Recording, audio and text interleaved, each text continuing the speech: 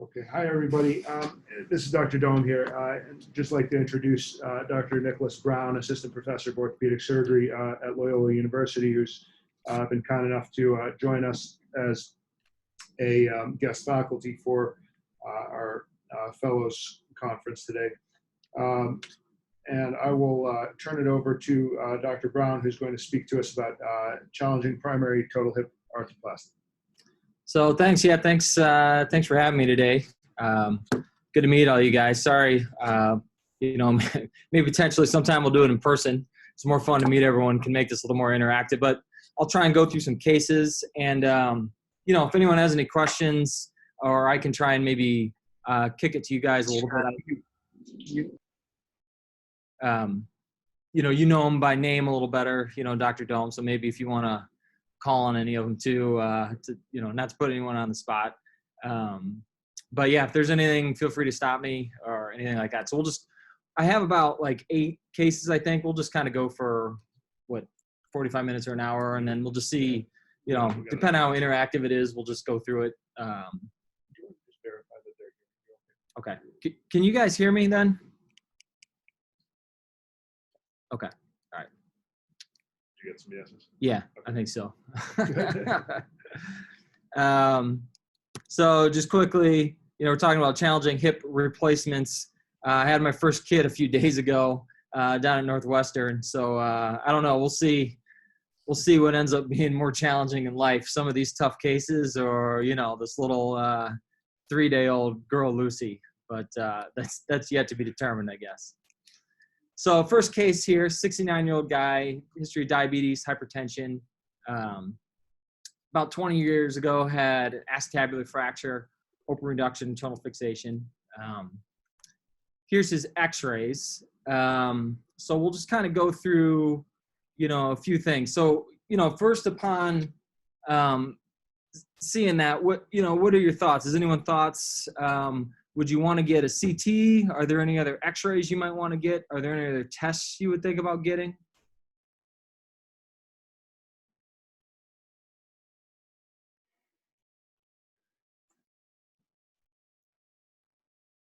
No? Yes? David here. Can you listen to me? Yeah. Okay, so if the case is not infected, I think this will be, at least in our hands, a great case for a Mako case, so we can know in advance if that hardware needs to be removed or not. Mm-hmm. So would you think about removing all the hardware to start, or would you think about that's not always the case. If you have some screws that may be on your way for the cup placement, but I think with the Mako you can know that even before starting the case. Yeah. So you like and the Mako would be a preoperative CT scan or MRI? CT. CT, which is good because you're not getting that metal, too much metal scatter. Yeah. So I would like to have a CT either way. Okay. So are you looking? You're worried more about the hardware? Or are you worried about a discontinuity or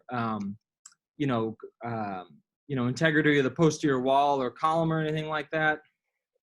I think all that you say is valid, but the first thing in my mind will be the hardware.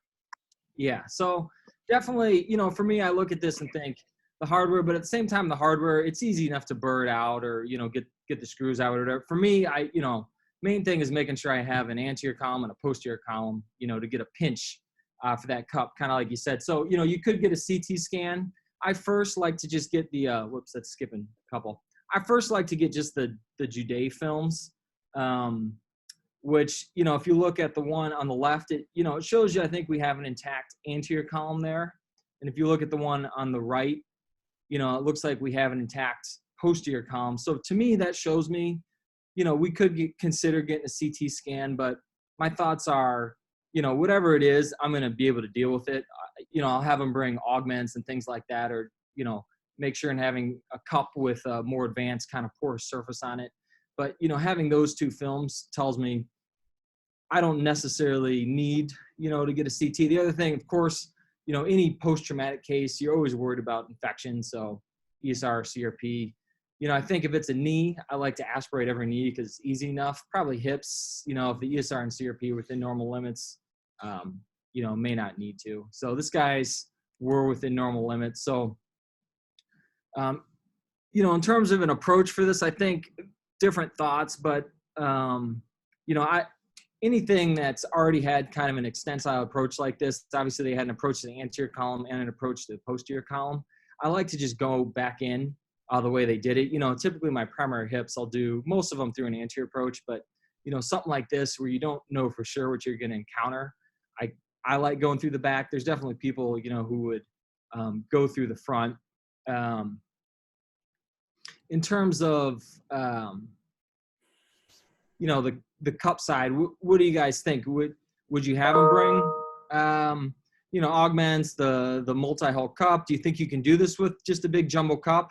Do you think you'll need any type of augments or anything?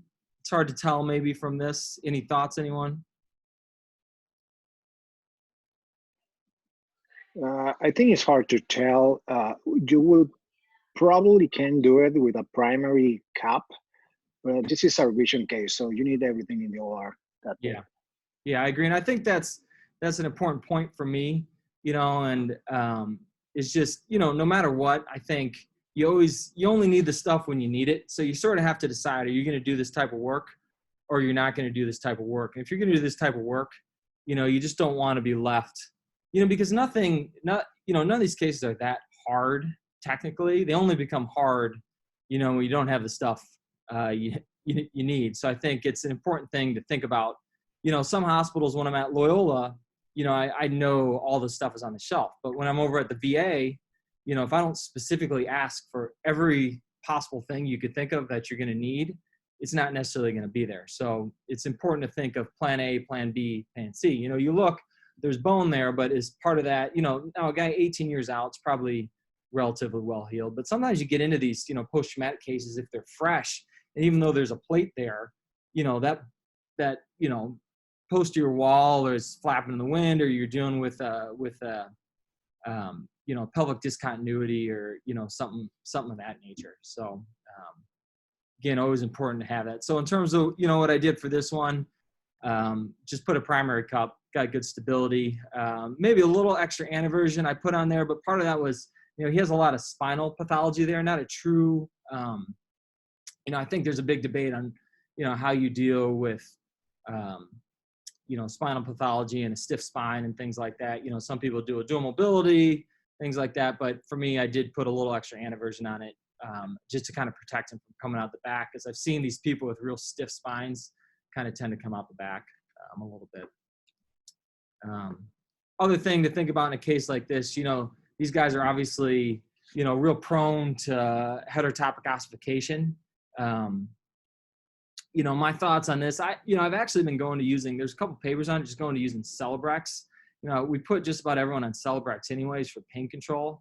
There's some data that works. They seem to tolerate it a little bit better than indomethacin. It doesn't work quite as well as the radiation, but it's like, I don't love either, giving someone radiation right around the time of surgery. Now, you can try and use those shields and stuff, but our interventional radiologist, it's the interventional radiologist, the radiation oncologist, either way, they don't love using those shields. So, your surgical site is getting a lot of radiation. So I kind of risk benefit, these post-traumatic still have a risk of HO. This guy fortunately didn't get any, but I did give him some medicine. So I think, there's papers on ibuprofen, there's papers on indomethacin, papers on Celebrex, probably papers on other NSAIDs. I think as long as you're giving something to these post-traumatic cases, they tend to work pretty well. Any questions anyone has on any of those or anything, or any comments anyone would have done differently? I had a question, Dr. Brown Mitchell here.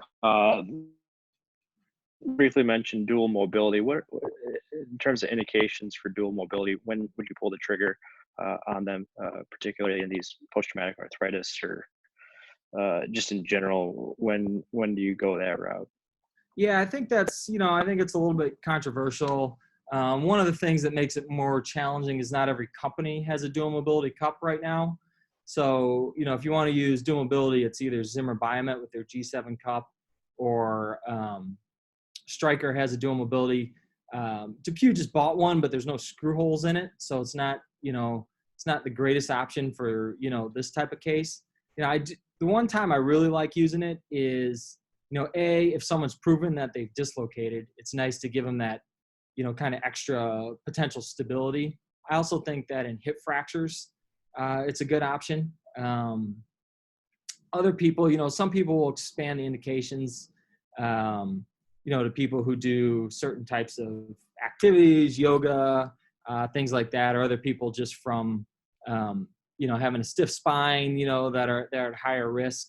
Also for me, a lot of cases I'm doing through an anterior approach. Now, depending on what data you look at, I believe that the anterior approach seems to have a lower dislocation rate. That's what I kind of seen anecdotally. But when you look at, some of the larger studies, maybe it's not as different as we think. But it's also, when you look at those studies, who's doing the anterior? Do they know what they're doing? So I think, those are kind of my indications, but there's downsides to it too. There's intraprosthetic dislocation. There's potentially another source of wear. It's a bigger head, so the iliopsoas can kind of rub on it. If they dislocate, like I said, you can't always just close reduce them. And then also you have the issue of it's, a cobalt chrome liner on an oftentimes titanium cup. So, whether, how much you believe how big of a problem that's going to be, it hasn't necessarily shown itself to be, but there's kind of some whispers of that, of people saying, I'm starting to see some kind of black type corrosion stuff beneath these dual mobility cups. So I think, nothing in life is free. So I try and use it as sparingly as I can.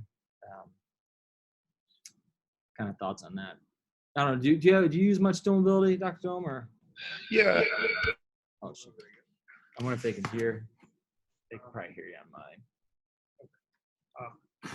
You know what? Mute your audio. Okay. Yeah, it's probably a better way to do it. Let's see if that works.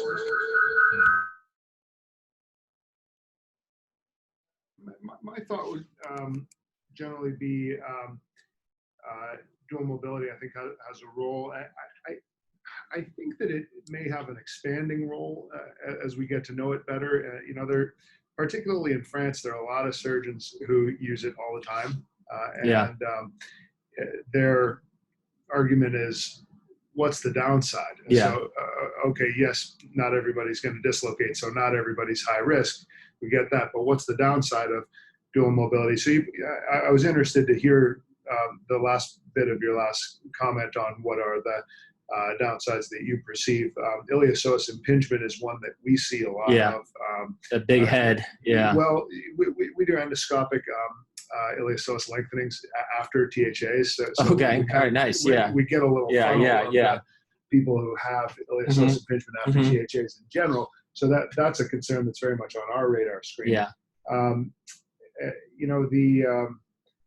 As far as the wear, there are non-modular cups that are one component. Yeah.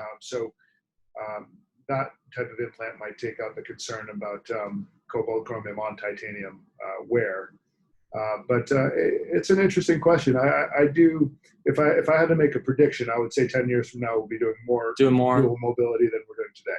Yeah, I mean, it is obviously popular in France. The other thing they talk about, which is kind of interesting too, is they think that maybe you're getting, they say that maybe there's more periprosthetic fractures because they, when they would have dislocated when they fell, the energy, they don't dislocate, so the energy goes to the stem. So it's, again, nothing's free. I use it. Which one you'd rather? Yeah. So it's kind of like, pick your poison. Yeah. So, but yeah, I mean, it's a good tool, and I'm glad, I guess for this doesn't really matter industry stuff, but DePuy's hopefully coming out with one soon, which is what I use more DePuy. I use some Stryker stuff. I use more DePuy than anything. So part of it is just, probably when with the company I'm normally using, with the stem I'm normally using has an option for it, you tend to find, it kind of expanding, versus when I have to call a whole different company in to use it, becomes a little different. So. What are you using for burring the screws when you get them? Using the Midas or? Yeah, just a metal cutting burr tip, and usually they burr down pretty easily. Sometimes people put a little bit of that kind of surgical jelly in there to catch some of the metal shavings. So that's kind of a little trick. I don't know if you ever do that, but yeah, I mean, it's usually those screws, those plates, will burr down pretty easily. So I mean, you always want to have a burr. Whenever I open the burr, it means I don't need it. If you don't open the burr, that means you need it. So it tends to be the case. So anyways, we'll jump to the next one. So this one's another kind of more straightforward one. Then we'll get into some kind of a little bit maybe more difficult ones after this. But so this 74-year-old guy, diabetes, hypertension, a little heart disease, had a motorcycle accident 40 years ago, about 5 years, left hip pain. So these are called Knowles pins. It's funny. There's a big donor to Loyola is from the Knowles, somehow Knowles family, or so there's some relation to this. And she didn't realize that they had, and one of our attendings had, found some old Knowles pins and gave it to her. And it helped us secure a large donation for Loyola, these little pins. But, things to think about that, you look at something like this and you think, oh, I guess I can leave it at this one. Oh, reasonably benign, shouldn't be bad to get these things out. But the reason I bring this one up, if you ever see something like this, God, these little things are so much harder than you would think to get out, because they're oftentimes just covered in tissue. There's a bunch of them.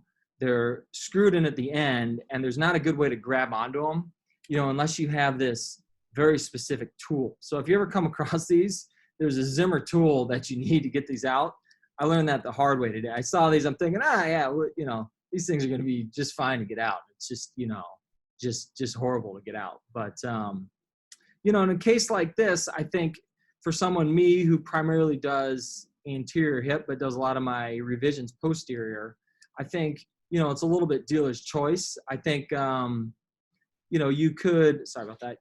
You could definitely consider doing this anterior. I think, you may need kind of an accessory incision to get those pins out. For me, I like to just do these posterior. It's easier. You never know what you're going to get into. What if that kind of troche breaks off? But I think, again, a lot of people are pushing the limit doing these anterior, and I think that's just fine. I don't know, Dr. Don, if you came across something like this, would you do this anterior? You go posterior? Or? And we do 95% of our cases anterior, but this for me has been an absolute indication to do posterior. Yeah. Anytime we're removing hardware like this,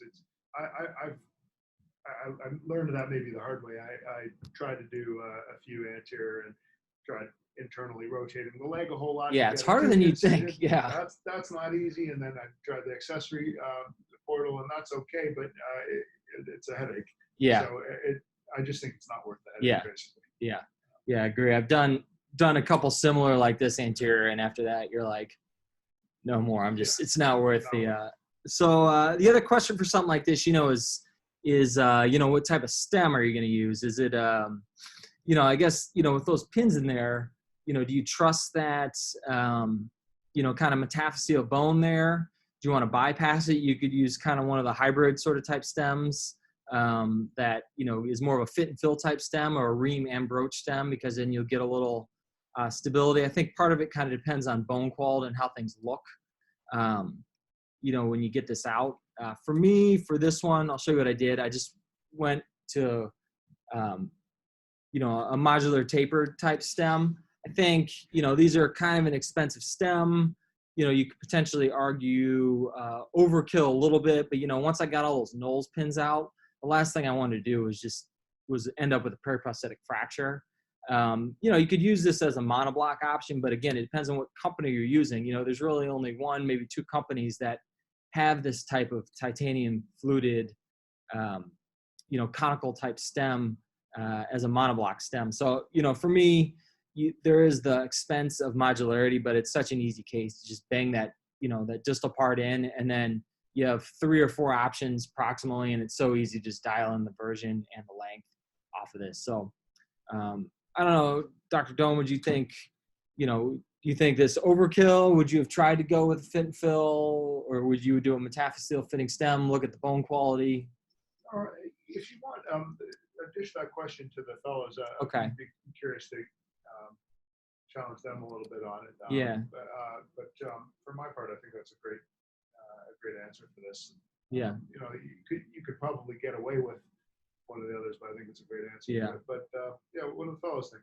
Yeah. What do you guys think? Any options? Is this too much? I'll go back to any thoughts on what you guys would use for stem type for this? I think that what you did is great. I was thinking more of a primary stem cemented. Cemented. Yeah. Yeah, I agree. Not a bad option. Why do you say cemented in this guy? Well, I don't trust that bond just because we have to take out that material from there. So I in my hands or my way of thinking, I think it's just more easy just to do a primary cemented stem. That's it. Yeah, I think it's a totally reasonable option. If you look at all the registry studies, the cemented stems seem to have better survivorship in a lot of cases than the uncemented stems. Sometimes even in younger patients. I think for me looking at it, he also did have pretty good bone. If you look at his cortices distally, so I was comfortable he had good enough bone to support it. But again, cemented stem is a much cheaper option. You get to deliver a little antibiotics to someone who's maybe a little higher risk for infection, and you can dial things in the same way. So I think that would be a reasonable option for this. For me, he was being in his 70s. I like using cementless stems, but I think cemented stem is a reasonable option here too. Any other thoughts from anyone? How about an SROM, Doc? Yeah, SROM would be reasonable. I mean, I think the downside of the SROM is you do get a little more, you do get some engagement distally, with those flutes, but there's no real, porous surface on there or grit blasting or anything like that. So I think you're relying a little bit more on your metaphyseal fixation, which is the reason,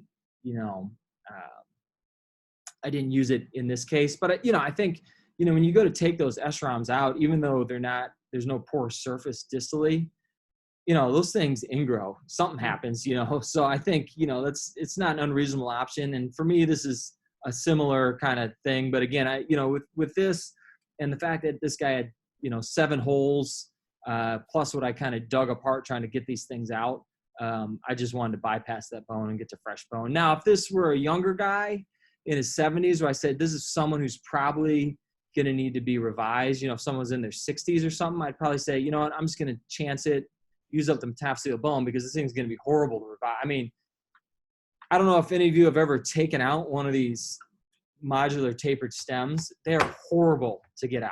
A full coat stem, you could do the old school ETO, cut the stem in half, get the trephines and trephine over the top of it.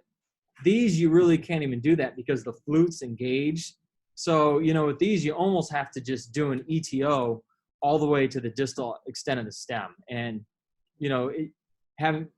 fortunately haven't had to take out very many of these, but doing that myself and talking to other people who've taken them out, if you ever have to take one out, just do the ETO, just measure, do the ETO to the tip of the stem. You think you're trying to save it by, going halfway down and doing your ETO like halfway down, but then even that distal part, one of my partners just did one of these and it had like a dual ETO. She did a half ETO, cut it, try to get it still and come out, so just had to do an ETO the rest of the way down. So I think that's kind of the trick on these. So again, I took a picture of that wrench. Just if you ever see those, that was my mistake in this case. I know it's just hubris or overconfidence. Just like, yeah, those things will be easy to come out. And they. I did one case with these. It's got to be 8 years ago,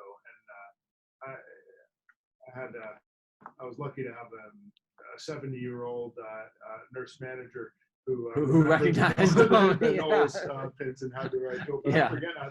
They're threaded and you gotta. They're threaded and they have this like. Threaded. Yeah, they're distally threaded. It's like the distal 50% is threaded, and they have this like, kind of hex wrench that you go over the top. So I was real grateful she did. Yeah, if you don't have that, so if you ever see those, remember that. So here's another. Actually, this is very similar to the case I did this morning. Actually, so 75-year-old woman. A couple months out from a cephalomedullar nair for an intertroch fracture. This woman, pretty lean, but like, very, very healthy, very active. It wasn't like, you think some of these people fall from syncope or balance issues or something.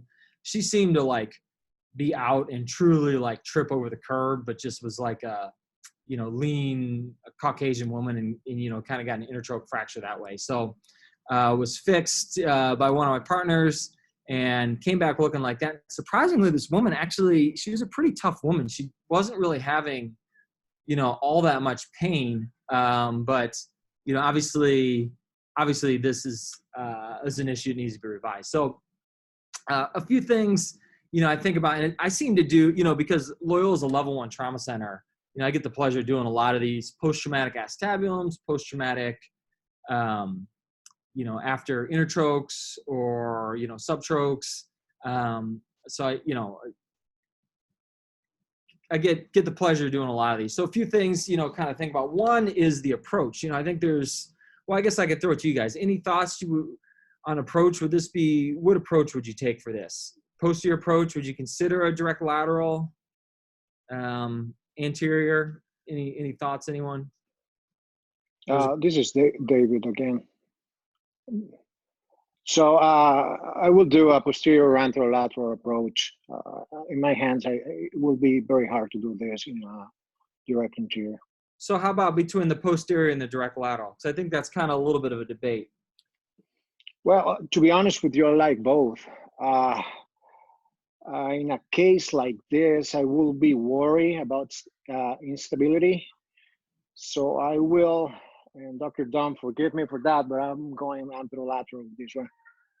Yeah, so I think that's a very reasonable. A lot of people talk about going anterior lateral because you go in there and, if you do a lot of these, when you're putting this nail in, you're doing it through this kind of small incision, a small distal poke hole incision. You're doing this mostly radiographically. But then when you actually have to open it up, these nails and the reamers and the opening reamer just do horrible things, to the abductor. So, some people say, well, the abductors are already kind of sacrificed. If you do a anterior lateral or direct lateral approach, it makes it easier to get this out if you just kind of peel them off the front.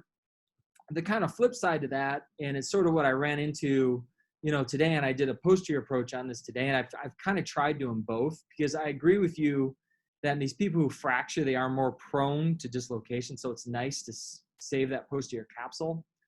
But sometimes you get in there and that reamer has already destroyed half the abductors.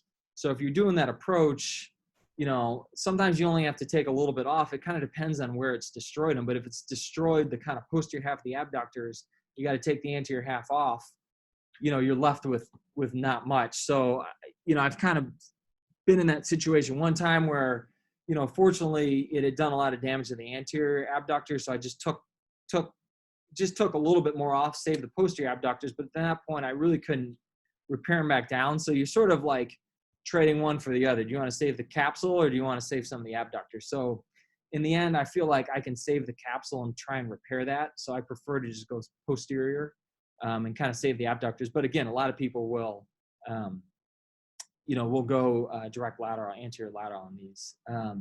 In terms of getting these nails out, I think there's a few tricks. Some people say, leave the distal screws in first and get everything hooked up, because it prevents the nail from spinning. My thought is if the nail's spinning, it's going to be easy to get out. So I don't like opening them up because sometimes they're just a couple distal screws, 1 to 2, but God, sometimes these things they take longer than you think to get out. So I hate to open them up proximally, spend, whatever, 20 minutes opening them up, getting the thing hooked up, and then going down distally and spending another 20, 25 minutes getting them out. Then they've been open proximally for, bleeding, maybe a little bit, just exposed to the air, risk of infection. So I prefer to just get the distal ones out, close it, and then go proximally and get this nail out. One trick, I've learned with these is, this nail is obviously fresh, not going to be a big deal to get out.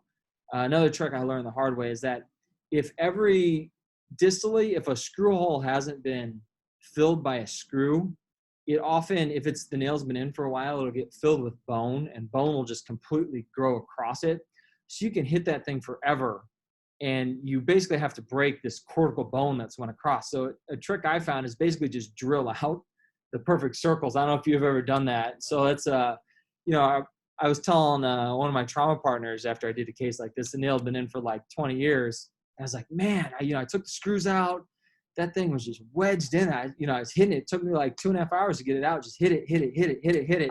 I was like asking, everyone in the room, anyone know any tricks? He's like, oh, did you drill out the distal? I'm like, no, man. So if you ever come across one of these, if there's a screw hole and it wasn't filled with a screw, it's filled with bone. So drill that out first. So that's a big tip there.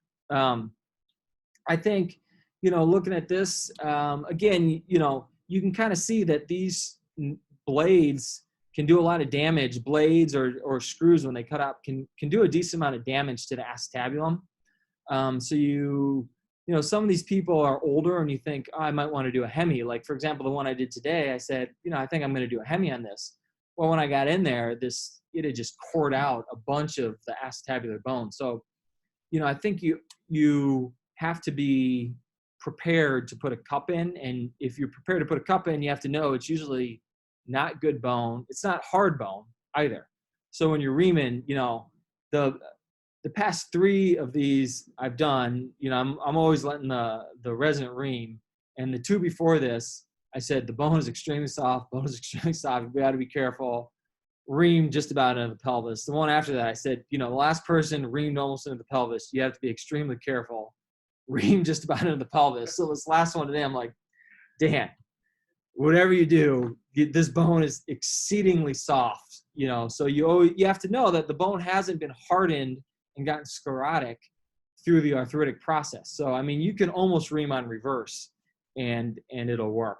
I've also noticed a lot of times the defect you get, the head tends to kind of go into retroversion and the nail kind of in anteversion. So it almost always damages the kind of anterior wall, which is fine because cups tend to, if they're going to fail, a cup either tends to fail into the pelvis or it flips up and out. So I think as long as, you have your columns and you have kind of posterior superior bone, you're usually pretty good without having to augment or anything like that. But it's good to have, something like this just in case. I think other things to think about in a case like this, again, kind of the debate before, do you cement these? Do you use a press fit stem? What type of stem do you want to use? Again, there's a couple schools of thought. One, it's nice to use that modular tapered type stem, because a lot of times in these, it's an intertroch fracture. So it's kind of down to your lesser troch. So, are you going to need a calcar type replacing stem if you do, you do a cemented stem? Also, you're cementing into sort of a fracture that went on to non-union, didn't heal. So, some people will advocate for doing a modular tapered type stem. I think, that's reasonable, but the downside to that also is that, this person's already shown that they fractured their bone, then their bone was fixed, and they've shown that that bone was so weak that it can't even handle a nail. So if you're going to try and do a press fit type solution, you have to be really careful putting those in. So I've definitely seen people try that for something like this, and the tip of that modular tapered stem, because it's a tapered stem, can come right out the bone laterally, or anteriorly too. So I think it's a little bit dealer's choice. I think just whichever one you're going to do, you have to be, a little bit careful. And if you're using this, another point here too, is if you're, cementing, I think, there's sort of your theories of cementing, like sort of modular, like beam where you sort of are potting a stem in cement, and there's, the taper fill kind of type theory. So there's collared and uncollared stems. For something like this, if you're doing like the true primary hip, I like the uncollared stem. It's designed to subside a little bit. It, relieves those hoop stresses. For something like this, I like that collar to just kind of hold it in place. And you can kind of, instead of using a calcar replacing type stem, you can, put a little cement under there and just kind of sort of make a calcar replacing type construct yourself. Does anyone have any thoughts on acetabular side for this or femoral side, what they think they might use? Seems like David is usually the. Looks like with the nail, there's almost like a pseudo acetabulum or some sort of concavity superiorly. So maybe consider some sort of jumbo cup or possibly a cage just in case. I mean, again, this would be a revision case, so I'd have everything there. But I don't know, when you're reaming in the native acetabulum, do you wonder about bone purchase superiorly, where that the blade is kind of digging into the acetabulum? But to me, that'd be something to take into consideration. Yeah, I agree. That's an excellent point. For me, in terms of like a cage for something like this, less likely, but I mean, it's never a bad idea to have all the tools, again, on backup. Like I said, if you're going to do this type of work, either make the commitment to do it or not. For me, a cage is more when you're actually missing, columns, either an anterior column or posterior column.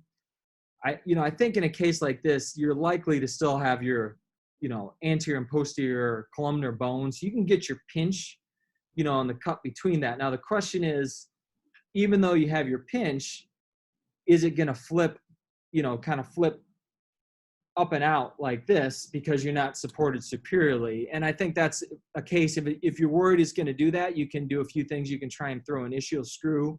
You can, put an augment, or you can just do a jumbo cup. And there's a slide I have that kind of how I sort of make that decision between augments and jumbo cup.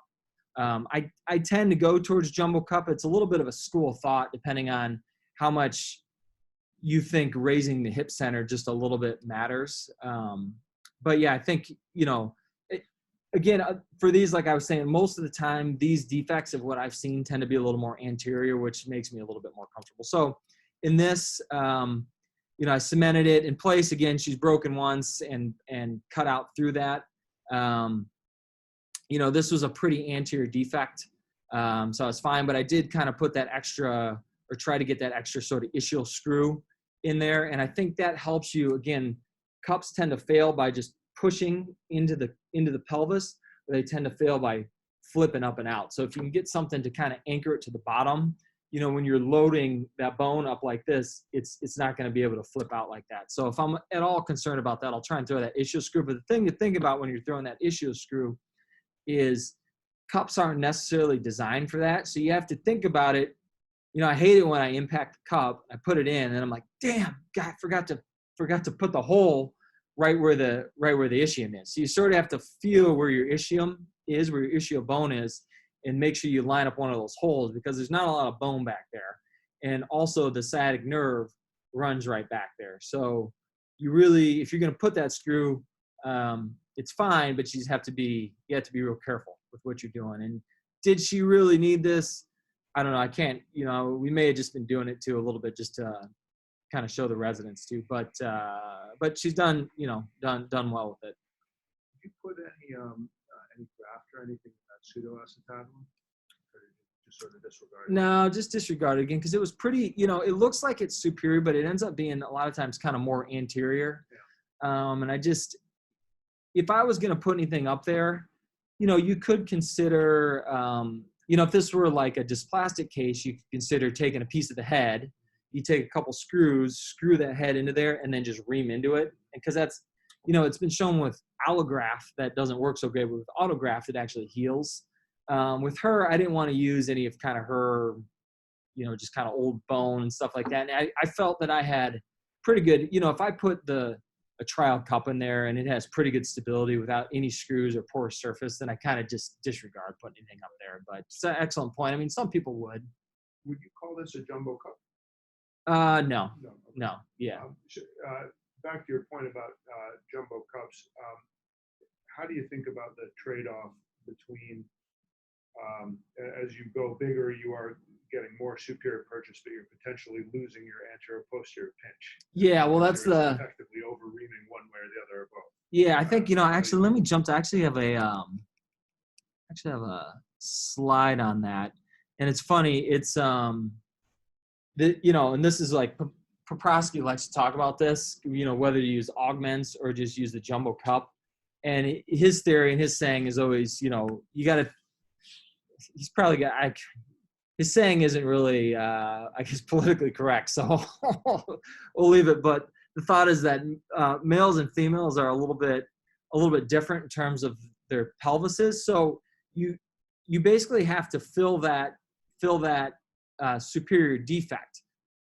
And you either need to be able to ream a sphere to, like you were saying, accept that jumbo cup, but you can only go as big as you have columns, right? So if you think you can make a sphere out of, I wish I had a, if you think you can make, can they see that on there? Yeah, so if you think you can make this sphere an actual round sphere before you've ruined this column or this column here, then I like just using a jumbo cup. But if you think to get up to that defect, you're going to need to ream out one of the columns so you lose your pinch, then I like to still, there's two ways of doing it. You can either put your cup in and then, you know, find an augment to fit in there, or you can put the augment first. I think, you know, most of the technique guides will say, oh, you put your augment in first, but it's really, I find that a lot harder. So I like to just ream up, get a good pinch, knowing that it's not going to fail going in, and I got, you know, some screws in there or something like that. And then to keep it from, again, falling out and up like that, you want to have that superior support. So sometimes you have to burr a little bit down, and you just kind of play with the different augments. And then, you know, the augment has porous coating on it, and then you unitize that construct almost like a double bubble cup or something by putting cement on, you know, on kind of both. So, you know, again, I think it's, the other thing to think about is when you're using a jumbo cup is that you have to look at where your bone and where your defect is. So sometimes you have a little more posterior column, or sometimes you have a little more anterior column. So if you just kind of go in and ream, saying I'm just going to go as wide as I can until I get to my defect, if you're not thinking about where you're putting the pressure with your reamer, you know, sometimes you would have been able to use a jumbo cup, but you have to stop because you didn't preferentially ream where there was bone. So it's important to kind of think about controlling your, you know, controlling your reamer kind of in those cases. Any thoughts anyone has on that, on jumbo cup versus augments?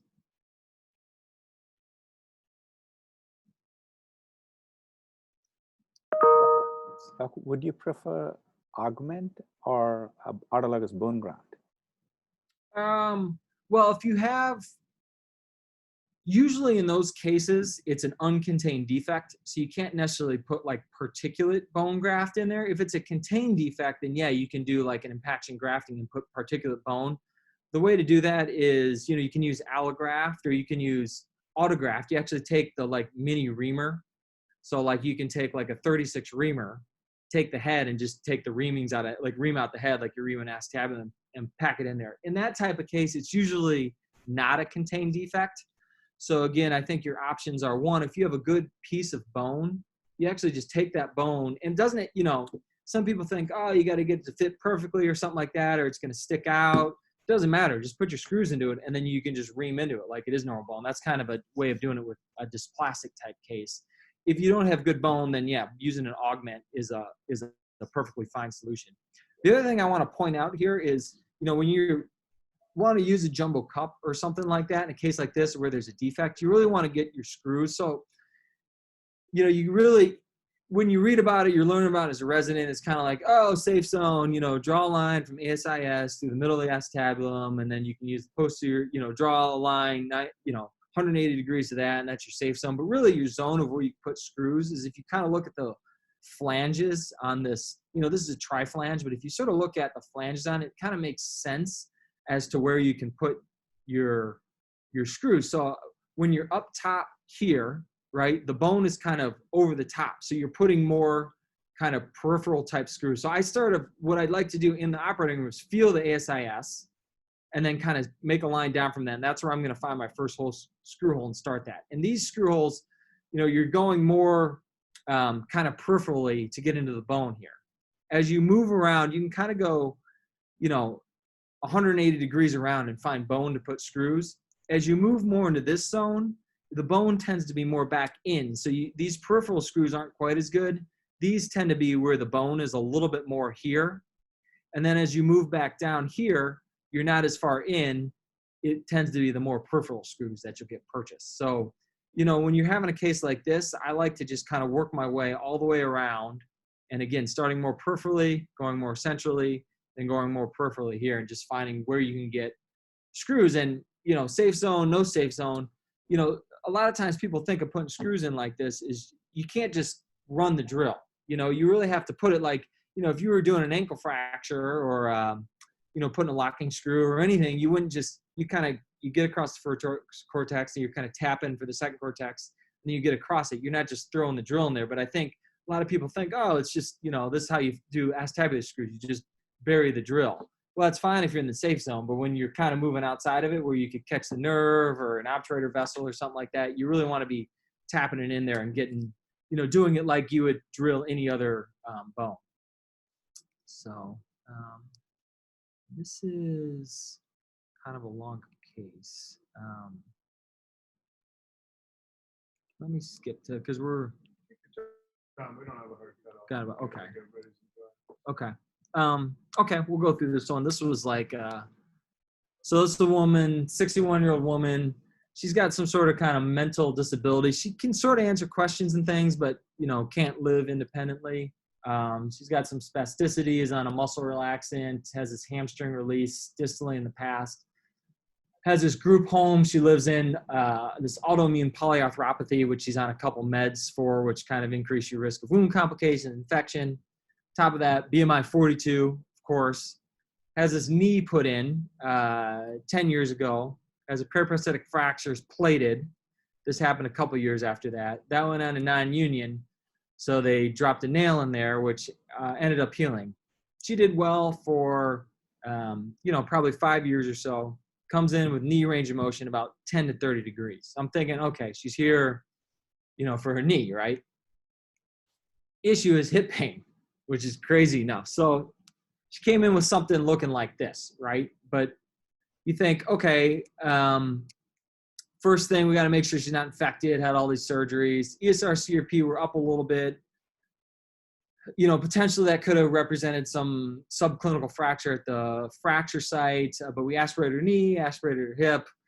Both those were negative, couldn't really get much fluid, didn't seem to represent an infection. So we kind of talked about, you know, what you do on the cup side for this. I think, you know, again, it's either going to be a big cup or augment. She probably looks like she has columns, but, you know, that head, usually when it rides up like that, it kind of ruins that anterior superior bones. Usually you can still get a pitch, and usually there's posterior kind of rim to keep you from flipping back out. But, you know, this would be a case, we talked about dual mobility or large heads. You know, someone with some sort of mental disability may not be able to follow precautions. She was someone who wasn't so mentally disabled that she couldn't follow precautions. I don't know what her exact, you know, diagnosis was, but she could reasonably follow hip precautions. But, you know, in someone who would be a little higher risk like this, you might think of something like that. But, you know, the question for her is then, you know, what are you going to do on the femoral side? Any thoughts on that? Is there any way of working around that nail, or does that nail have to come out? I believe that nail needs to come out. Yeah. Yeah. So the nail, agree, nail needs to come out. I'll kind of go through this one quicker. The problem is with getting this nail out is that what would be your plan, you know, for getting this nail out when someone has a knee with range of motion from 10 to 30 degrees? So you think, oh yeah, we'll just take the nail out and do the hip. But how are you going to get the nail out? Because the knee has to bend to at least 90 degrees to get a nail out, right? So if it's only bending 30 degrees, any thoughts on what you would do to get this nail out then? Well, I mean, you can do a snip and on the knee and try to bend the knee 90 degrees and get the nail out. So you're saying do a quad snip? Yeah. So for me, you know, I thought potentially by doing just a lysis of adhesion, you can also see all that heterotopic ossification. So when I did my medial parapatellar approach to the knee, basically with an osteotome, and once we got all that bone out of there, it actually it bent okay. It bent to about 60, and then I didn't do a quad snip, but reasonable thought quad snip or TTO or something like that. But I actually went in also with revision femur components, thinking, God, I may even have to get to bend it. I may even have to get this femur out. The other thing, if you notice there, those are not screws, they're like bolts. So if you look across, you actually have to engage both sides at the same time to get them out. So that was, if you notice that itself kind of was a challenge. So, we fortunately were able to, with kind of lysis of adhesions, getting all that bone out, we're able to, get the knee now to 90 degrees. So what do you think? Would you try and do this all at once? Would you stage it? Anyone have any thoughts on that? We'll probably do everything at the same time. Yeah. So that was my original plan. And then by the time we kind of got this nail out, it took a long time. So we ended up closing her up and then coming back about a week later, and doing the hip. Any thoughts on the femur side, what you would use for your stem? I think, well, I'll kick it to you guys. What do you guys think? Would you use a primary stem here? Would you cement her? Would you use a revision style stem? I don't think there is a right answer here, but several options can be right, but I will tend to use a cemented stem. Okay. Yeah, and that's that's reasonable. It's a woman who's on immunomodulatory drugs, which can kind of weaken the bone quality. Not, doesn't do a lot of exercise, probably doesn't have a great diet, but at the same time, she's BMI 42, which tends to help your bone quality a little bit. For me, for her, I did the just again a modular tapered stem. I just find this it's pretty easy. You drop that distal part, and you have so many options up top. For her, I did end up using the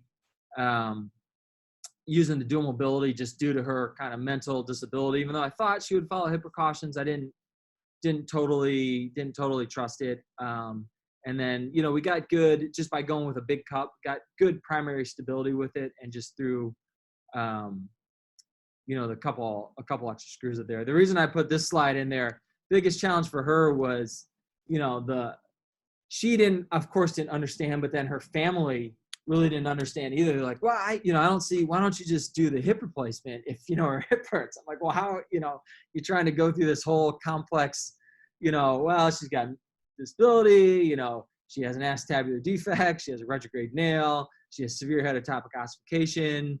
We may need to revise the knee replacement just to get, she's like, well, why don't you take it out from the top? Well, because it's locking, you can't just pull it out from the top, so it's this whole,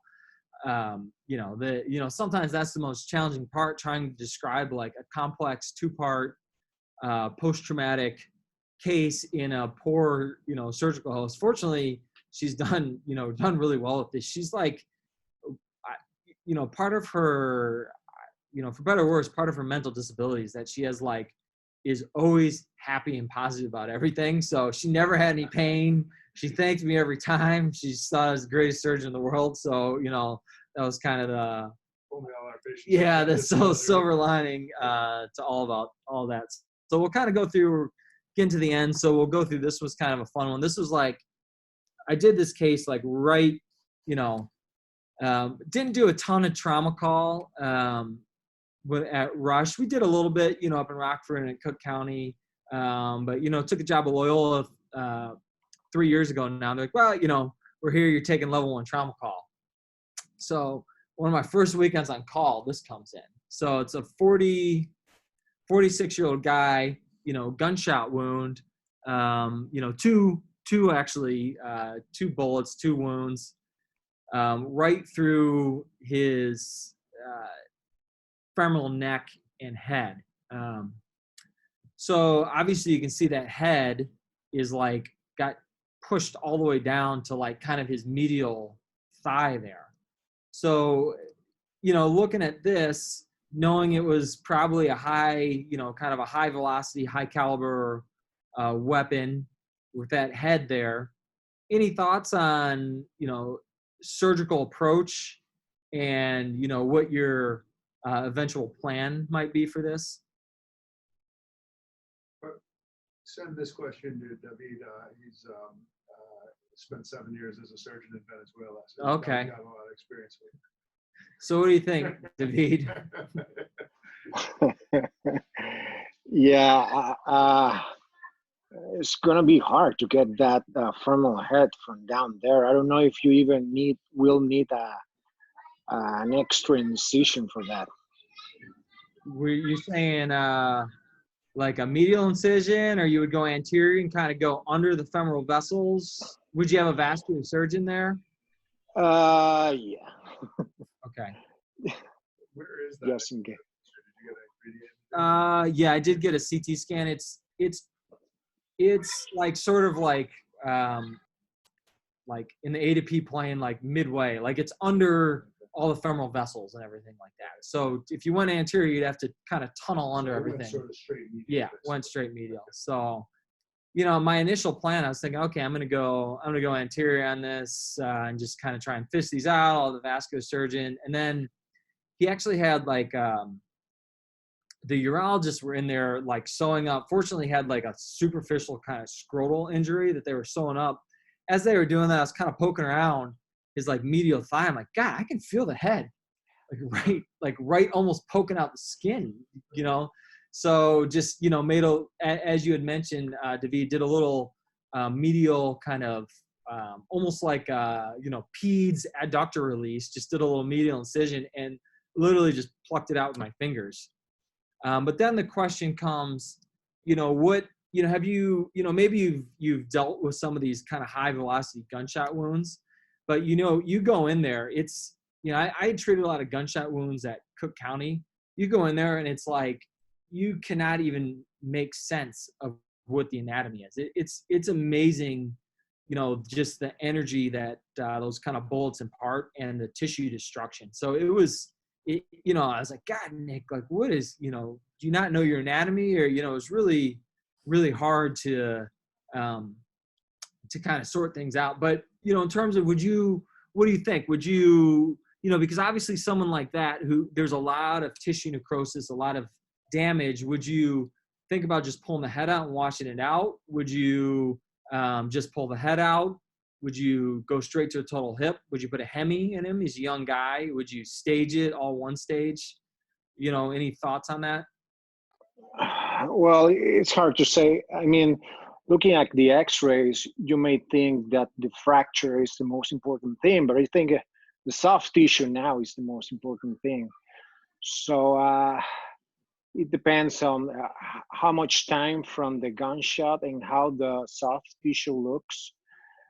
The tissue looks pretty bad, but you have to make the decision going there. So I made the decision going there and do something, I guess, by telling you. So no, I will wait. I will not. I will do a total on him, but not right now.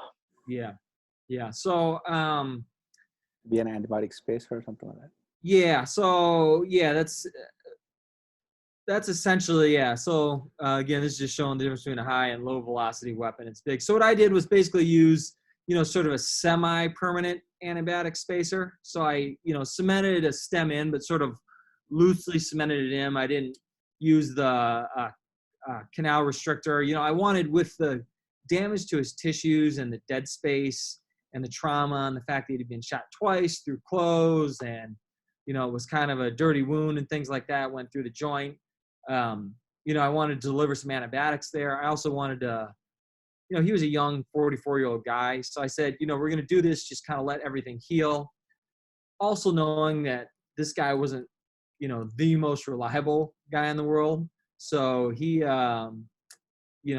he came back to me a few times and, he was really happy with this hemi. I think this guy was just happy to be alive and just did not want another surgery. So I think, doing the kind of semi-permanent thing here. But at the same time, you know, in retrospect, you know, potentially could have put a cup in here. You know, we know that this Hemi's not going to last forever. But then at the same time, I sort of did this as a semi-permanent thing. So I think, you know, there's no right or wrong answer. I just think the thing to know is if you ever encounter one of these like really high velocity gunshot wounds, you understand when, you know, like when there was like any of these mass shootings or, you know, anything like that. And you hear about, man, these guys, like what, you know, these wounds seem to be worse and people do worse and there's infections and necrosis and things like that. And you realize why after having operated on one, it really does a tremendous amount of damage. So I think, you know, it's reasonable to think about, you know, some sort of, like you had said, some sort of semi-permanent, you know, spacer, antibiotic spacer. So I think we're a little over time. So, you know, any last questions or anything like that? Dr. Brown, do you prefer to do, it is like a hemiarthroplasty cemented. Yeah. Rather do just an antibiotic spacer and then go back in 6 weeks or 3 months. Is that better? Well, I could have, I think a few things. For me, this is, you know, when I do an antibiotic spacer, a lot of times I'll use the Prostalac, which you can either use a all poly cup or you can use a big Hemi head. You know, I loaded up that cement with, you know, some extra antibiotics, some extra Vanc. So to me, this basically is an antibiotic spacer. I cemented it in a little tighter than I normally would. You know, just knowing that someone who gets shot twice with an AK-47 in Indiana may or may not come back. So at least, you know, if this is kind of at least semi-functional for a guy that's, you know, versus, you know, like one of the Stage 1 or Biomed or Exact Tech or something like that, where it's fully made out of cement, you know, I mean, that's just not going to last as long as, you know, something like this. So for me, it was kind of, you know, splitting the difference a little bit, but that's an excellent point. Guys, the take-home message here is send any of your patients who are struck by an AK-47 bullet to Dr. Brown. Yeah, and I'm happy to have them. I like doing this type of stuff. So that's why I took a job at a level 1 trauma center. So you get to do a little trauma, get to a little post-traumatic. We don't you know. see a lot of AK-47 wounds here. Yeah. So, But we will send them to you. yeah, appreciate it. So yeah, if there's no other questions or anything, just, you know, thanks for having me here. It's fun. Yeah. You know, I wish we could have done this in person. It's always fun kind of meeting everyone and stuff like that. But yeah, appreciate you having me. And, you know, if there's anything, any of these cases, anything like that, always feel free to get in contact. Always happy to talk joints with anyone. So good to meet everyone. Thank you, Doc. Thank you. Guys, Thank you so much. Thanks, everybody.